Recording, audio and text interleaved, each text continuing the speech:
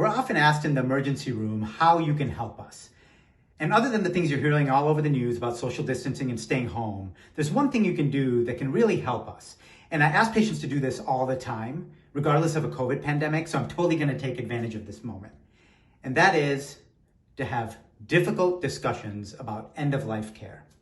For example, if you end up on a ventilator, which will hopefully never happen, what would you want? Would you want to be on the ventilator for 2 days and then end all efforts? Would you want to be on it for weeks and weeks? Or would you never want to be on a ventilator no matter what? And in my personal experience, when I ask patients this, their answers often surprise me. So it's worth having these conversations.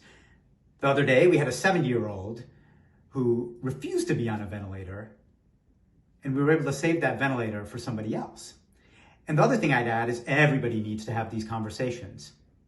We recently had a 37-year-old placed on a ventilator. Remember, life is unpredictable, car accidents, other trauma. So let's talk about this now.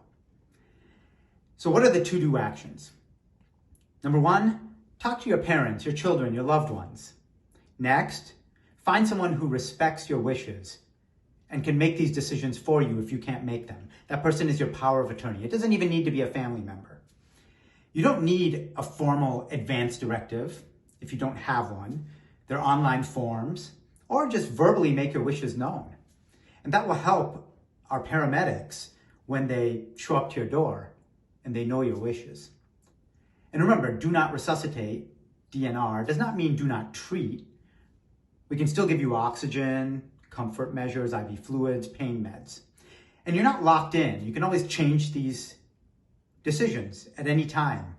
Even at the last moment, you can withdraw your decisions.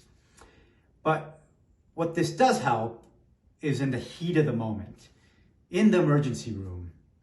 It helps your loved ones when they're stuck with a difficult decision, if they know what you would have wanted. And it helps us to most importantly do what you want. Stay healthy.